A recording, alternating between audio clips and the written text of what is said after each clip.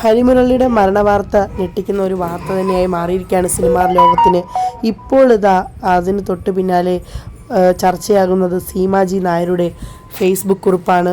പ്രശസ്ത നാടക, serial, cinema താരം പയ്യന്നൂർ മുരളിച്ചേട്ടൻ്റെ മകൻ ഹരിമുരളി അന്തരിച്ചു.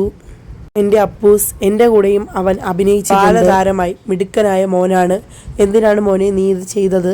ആദ്യം അറിഞ്ഞപ്പോൾ വിശ്വസിക്കാൻ മടിച്ചു. മുരളിച്ചേട്ടനെ വിളിച്ചപ്പോൾ അദ്ദേഹത്തിൻ്റെ സഹോദരിയാണ് ഫോൺ എടുത്തത്. അദ്ദേഹത്തിൻ്റെ സഹോദരി ഫോൺ എടുത്ത് സ്ഥിരീകരിക്കുകയാണോ? തുടർന്നായിരുന്നു എനിക്ക് ഞെട്ടൽ.